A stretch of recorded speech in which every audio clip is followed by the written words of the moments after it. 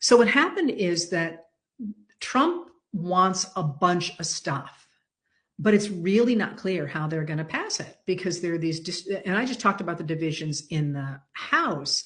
The Republicans in the Senate are much less into the whole MAGA thing, although about 13 or 14 of them are MAGA.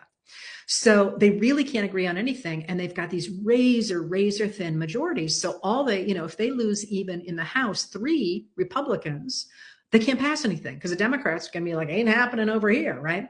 So unless it's something the Democrats like, but they're not going to agree to cuts. So what you're seeing right now is Trump has convinced the Republicans in the House to try to pass his entire agenda in one bill.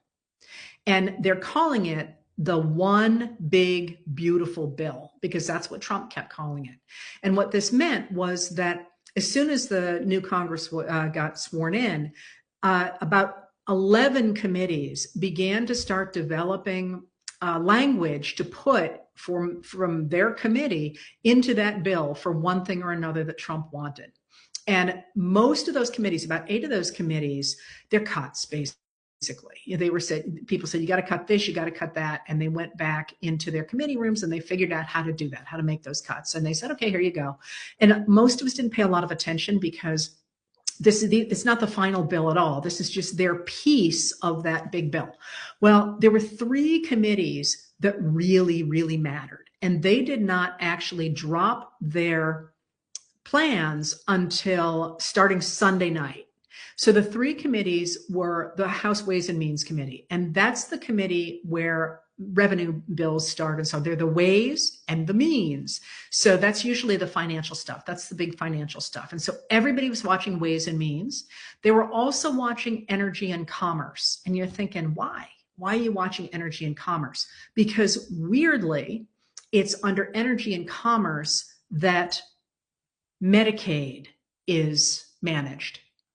I actually don't know the history for why Medicaid is there.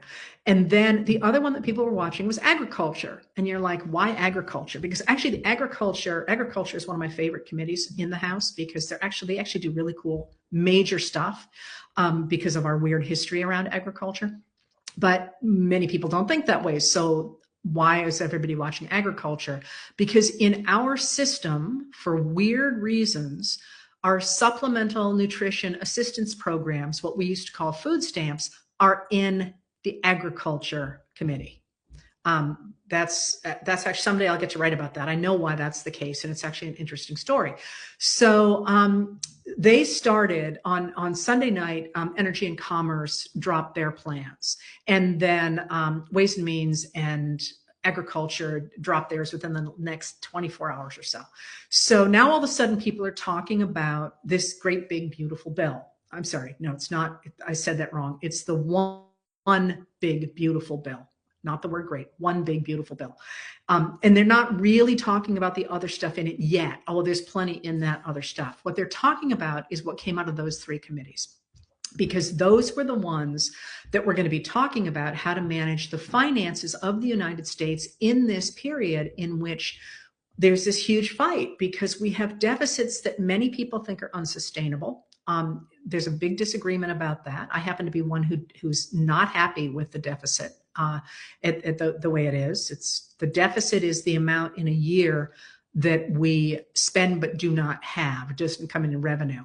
That's not the debt. The debt is the total of all those deficits put together. And a national debt can be extraordinarily useful for a number of things. But in my world, you don't want it to get too high because borrowing costs then get very expensive. I am not a trained economist, and you can disagree with that. That's where I am on this. But they didn't know how the Republicans were going to try and square this circle, because what Trump wanted more than anything was tax cuts, was to extend his tax cuts because they are set to expire on December 31st, 2025 of this year. And what he really wants to do is extend those tax cuts. But the problem with extending those tax cuts is that extending them is going to cost the United States about $406 trillion with a T dollars over the next 10 years. It's very difficult to add $4.6 trillion to the deficit and to the debt without, and still argue that you're gonna balance the budget. So one of the things that you keep seeing is promises that there are going to be these giant cuts that are somehow going to materialize. That Elon Musk and the Department of Government Efficiency, they said they were going to cut $2 trillion out of the federal budget, and they ended up at below 150 billion, and even that's not clear. It looks like they might have actually cost us money.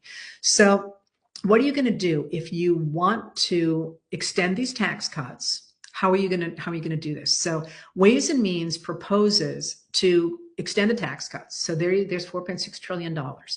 And that's a problem because, among other things, by August, we are going to hit the debt ceiling, which is the amount of money that the United States can borrow. And, I keep always explaining the debt ceiling, and maybe you're sick of hearing about it, but just